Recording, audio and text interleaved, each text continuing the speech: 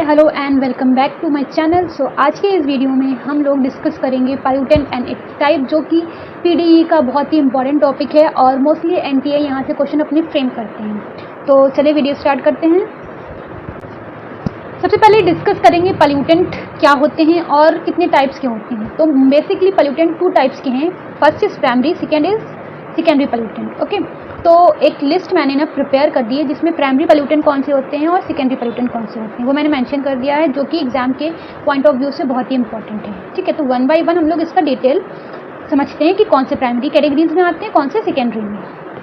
So basically जो primary pollutant होते हैं वो डायरेक्टली इमिट होते हैं। इमिट मतलब निकलते हैं, जो सोर्स है, जो भी उसका सोर्स है।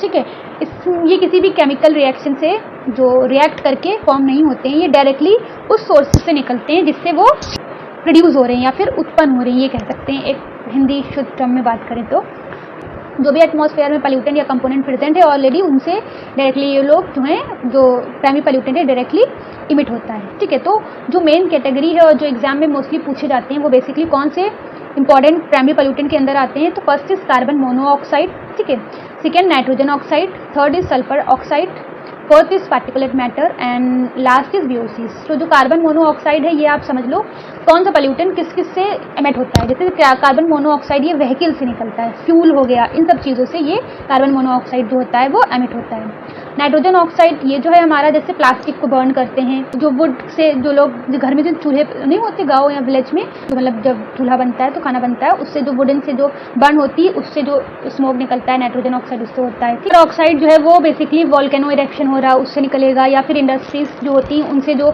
स्मोक्स होता है उससे रिलीज होता है। ठीक है, नेक्स्ट इज पार्टिकुलर मैटर। जो पार्टिकुलर मैटर है वो बहुत ही इंपॉर्टेंट जो क्वेश्चन फ्रेम किए जाते हैं एनटीए इससे करता है बेसिकली।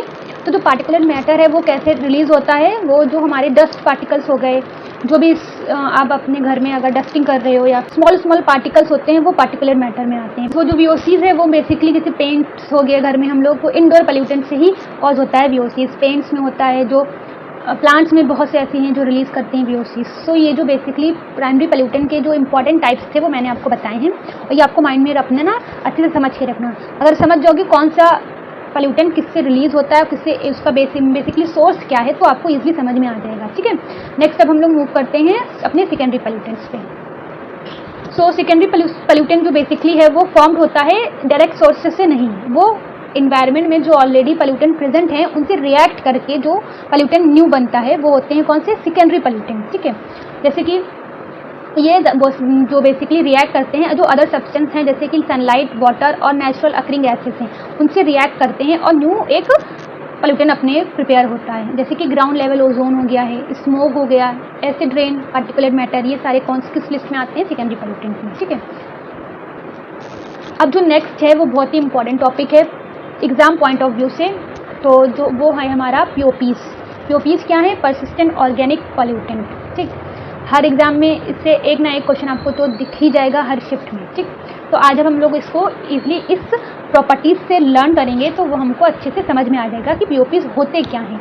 ठीक, तो प्रॉपर्टीज़ को पॉइंट के हिसाब से याद करोगे तो आपके माइंड में लॉन्ग टर्म के लिए स्टोर रहेगा। तो फर्स्ट इसकी प्रॉपर्टी है कि ये एग्जिस्ट करते हैं लॉन्ग पीरियड के लिए। ठीक, जो पॉप्स हैं वो लंबे समय तक के एनवायरनमेंट में प्रेजेंट रहते हैं।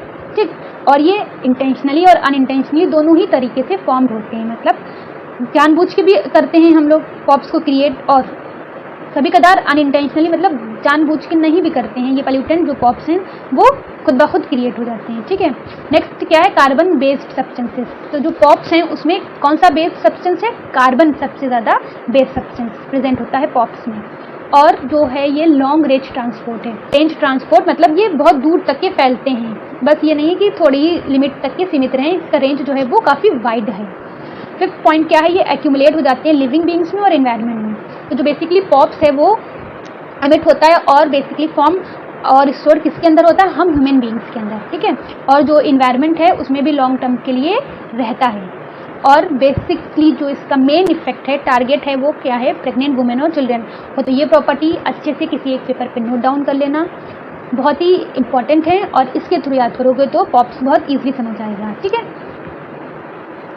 सो नेक्स्ट हमारा जो टॉपिक है अभी हमने पढ़ा ना पॉप्स के ही बारे में, इंटेंशनली कैसे प्रोड्यूस होते हैं और अनइंटेंशनली। बहुत अच्छे से समझ आएगा कि जो इंटेंशनली कैसे होते हैं पॉप्स और अनइंटेंशनल।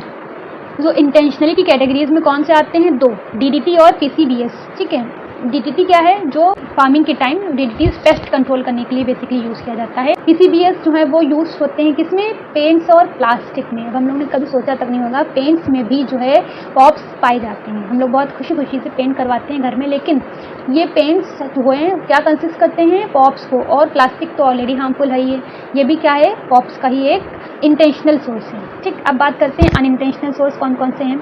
तो पहला तो मेडिकल वेस्ट है। ठीक है, डाइऑक्सिन और फ्यूरेंस। डाइऑक्सिन्स क्या होते हैं? जो कि बाय प्रोडक्ट है, मतलब किसी दूसरे प्रोडक्ट से मिलके बने हैं, जो कि क्या है? इंडस्ट्रियल प्रोसेस और कंबंशन जो जलाते हैं हम लोग अपना गार्बेज, उससे मिलके डाइऑक्सिन और फ्यूरेंस बनता है। और मेडिकल वेस्ट से भी अनइंटेंशनली जो होता है ये प्रोड्यूस हो जाता है पॉप्स हमारा। सो जो सोर्सेस हैं पॉप्स कौन कौन से सोर्सेज से मिलके बनते हैं? तो पहला तो वॉल्केनो इरप्शन हुआ, उसमें भी पॉप्स होता है। सेकेंड इज व्हीकल्स से जो हमारा फ्यूल निकलता है उससे भी पॉप्स क्रिएट होता है। और एग्रीकल्चर जो प्रैक्टिसेस करी जाती हैं, जैसे पेस्टिसाइड स्प्रे करते हैं तो उससे भी पॉप्स क्रिएट होता है।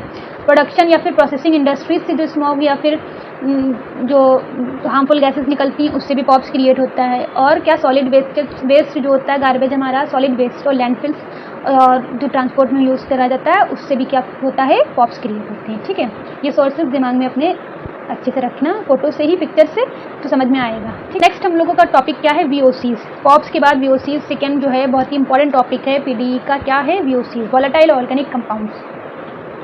प्रॉपर्टीज़ को पॉइंट वाइज समझेंगे तो जल्दी ही दिमाग में कैप्चर हो जाएंगी चीज़ें। तो सबसे पहला क्या है? ये इंडोर में ज़्यादा होता है देन आउटडोर से। ठीक है, VOCs इंडोर में ज़्यादा हम लोग क्रिएट करते हैं एज़ कम्पेयर टू आउटडोर। बाहर कम होता है, घर के अंदर ही इतनी VOCs हम लोग क्रिएट करते हैं, हम लोग को पता भी नहीं चलता है। नेक्स्ट क्या है? लो वाटर सॉल्युबिलिटी, मतलब जो VOCs हैं वो पानी में जो उनके घुलने की ताकत है वो कम है। ठीक, VOCs की तो उसकी सॉल्युबिलिटी वाटर में कैसी है? कम, लो है, लो सॉल्युबिलिटी है वाटर की। ठीक है, VOCs की। ये भी कंटेन क्या करते हैं? जैसे पॉप्स क्या कंटेन करते थे? Carbon components. ऐसे ये भी VOCs में भी सबसे ज़्यादा कंपोनेंट किसका होता है? Group of carbon components. Next क्या है? हाई वेपर प्रेशर जो है, जो वेपर प्रेशर है वो VOCs में सबसे ज़्यादा हाई होता है। ठीक है, क्योंकि ये इंडोर में जो क्रिएट हो रहे हैं। नेक्स्ट क्या है हमारा? वाइड रेंज ऑफ सोर्स, मतलब ये बहुत दूर तक के फैलते हैं, बस एक ही जगह सीमित नहीं रहते हैं। ठीक है, इनकी जो रेंज है वो बहुत ज़्यादा दूर तक की है। लास्ट क्या है हमारा? ये प्रॉब्लम क्या क्रिएट करते हैं? सांस लेने में और हेड की जो सर दर्द होता है वो VOCs के ही थ्रू होता है। ठीक है, जो VOCs है वो नेचुरली भी होते हैं और मैन मेड भी होते हैं। तो जो नेचुरली है वो तो अनएक्सपेक्टेड था, जब मैंने भी पढ़ा था नहीं समझ आया था कि नेचुरली भी VOCs क्रिएट होते हैं। तो यस, VOCs नेचुरली भी क्रिएट होते हैं। कौन क्रिएट करता है? फर्स्ट पे फॉरेस्ट, सेकेंड पे टर्माइट्स और वेटलैंड और ओशन। VOCs में इनका भी कुछ ना कुछ कॉन्ट्रीब्यूशन है, हम ह्यूमंस का ही नहीं है। कुछ नेचुरल सोर्सेज ऐसी हैं जो VOCs में अपना कंट्रीब्यूशन देती हैं। तो फॉरेस्ट, कुछ प्लांट्स ऐसे हैं जो VOCs को रिलीज करते हैं। ठीक है, टर्माइट जो दीमक लग जाती है लकड़ी में उसको बोलते हैं, तो जो वो अपना प्रोसेस अपना करती हैं तो वो भी क्या रिलीज करती हैं? VOCs। वेटलैंड जो होते हैं, जो ओशंस हैं, वेटलैंड्स हैं जो ओशन से, वो भी क्या ही रिलीज करती हैं? VOCs को फॉर्म करती है। तो इनका भी नेचुरल सोर्स से कंट्रीब्यूशन है VOCs में। नेक्स्ट हमारा मैनमेड सोर्सेज की बात कर ले तो जो हम लोग बहुत शौक से ना एयर फ्रेशनर घर में स्प्रे करते हैं कि एयर फ्रेशनर है, वो भी VOCs को क्रिएट करते हैं। पेंट्स जो घर को हम लोग करवाते हैं कि अब तो मतलब घर अब अच्छा लगेगा या अच्छा दिखेगा, तो उस अच्छे दिखने के चक्कर में हम लोग क्या क्रिएट कर रहे हैं? VOCs, जो कि हम ही लोगों के लिए हार्मफुल हैं। ठीक, ड्राई क्लीनिंग, जब वुमेन्स अपने क्लॉथ्स या फिर मेंस अपने क्लॉथ्स बाहर से ड्राई क्लीन करवाते हैं तो उससे भी VOCs क्रिएट होता है। और जो प्रिंटिंग करते हैं ना, प्रिंटिंग का प्रोसेस है, उसमें भी VOCs होता है। अवॉइड करें ये सब चीज़, क्योंकि इंडोर ज़्यादा क्रिएट होता है VOCs। सो मैनमेड और नेचुरली दोनों समझ आ गया कि कैसे क्रिएट होता है। अब नेक्स्ट हम लोग बात कर लेते हैं कि सोर्सेस क्या हैं। ठीक है, वो समझ गया नेचुरल और मैनमेड। अब इन सोर्सेज के बारे में भी पढ़ लेते हैं कि जो एयर फ्रेशनर, वुड, बहुत सी ऐसी पेंट्स अभी बता चुके हैं, पेस्टिसाइड, ड्राई क्लीन, बहुत सारे हैं ऐसी चीज़ें जिससे VOCs जो हैं वो सोर्सेज इससे इमिट होता है। तो जल्दी एक बार रिवाइज कर लेते हैं। स्टार्टिंग करते हैं कौन कौन से 2 टाइप्स के पोल्यूटेंट थे। First is primary, next is secondary pollutant. Primary pollutant होते हैं वो डायरेक्टली इमिट होते हैं सोर्स अपने सोर्सेज से।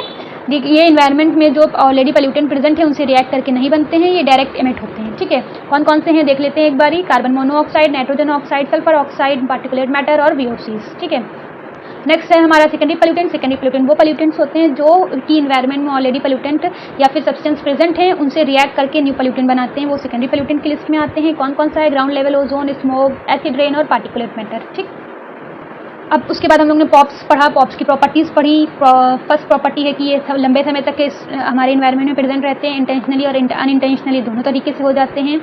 क्रिएट और कार्बन बेस्ड सब्सटेंस सबसे ज़्यादा होता है पॉप्स में, लॉन्ग रेंज तक के ट्रैवल कर सकते हैं ये, और लिविंग बींग्स और इन्वायरमेंट में ज़्यादा से ज़्यादा स्टोर या एक्यूमुलेट हो जाते हैं, और इफेक्ट के साथ अपना टारगेट किसको बनाते हैं, जो प्रेग्नेंट वुमेन और चिल्ड्रन हैं।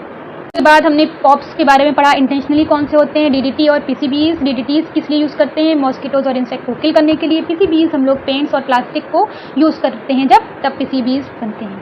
अनइंटेंशनली की कैटेगरीज में मेडिकल वेस्ट आता है और डाइऑक्सिन फ्यूरॉन्स आते हैं, जो कि डाइऑक्सिन फ्यूरॉन्स कौन से होते हैं, जो कि इंडस्ट्रियल प्रोसेस से या फिर कंबंशन से मिलके बनते हैं। ठीक है, उसके बाद हमने देखा कि सोर्सेज क्या हैं पॉप्स के। तो पहला वॉल्केनिक इरप्शन, व्हीकल्स और एग्रीकल्चर, मेनी मोर्स। उसके बाद हमने वीओसीज पढ़ा, वॉलेटाइल ऑर्गेनिक कंपाउंड्स, उसकी प्रॉपर्टीज़ पढ़ी हैं। वो क्या होते हैं कि ये इंडोर आउटडोर ज़्यादा कंपेयर करें तो इंडोर ज़्यादा क्रिएट करता है। लो वाटर सॉल्युबिलिटी होती है, ये कार्बन कंपाउंड से मिलके बने हुए होते हैं। इनका हाई वेपर प्रेशर होता है और रेंज इनकी बहुत ही वाइडर रेंज सोर्स है इनकी, और ये प्रॉब्लम क्रिएट करती हैं हमें, रेस्पिरेटरी इरिटेशन होती है और कौन सी हेडेक की प्रॉब्लम क्रिएट करती है।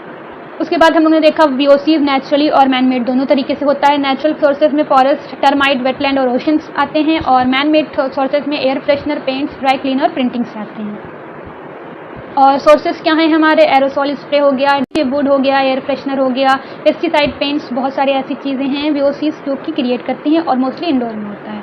आई होप सेशन आपको अच्छा लगा होगा, और जो भी मैंने प्रॉपर्टीज़ और उसके जो सोर्सेज हैं लिखाए हैं वो एक कॉपी में सेपरेट पेज पे माइंड मैप के थ्रू ना अच्छे से बना लें, जिससे एग्जाम के टाइम बस उसको ही देख लें तो आपका मोर देन इनफ हो जाएगा, आपको उसके बारे में डीप नहीं पढ़ना है। तो अगर वीडियो अच्छी लगी हो तो प्लीज़ लाइक करिएगा, चैनल को सब्सक्राइब करिएगा। मिलते हैं एक न्यू वीडियो में और एक नए टॉपिक के साथ, तब तक के बाय।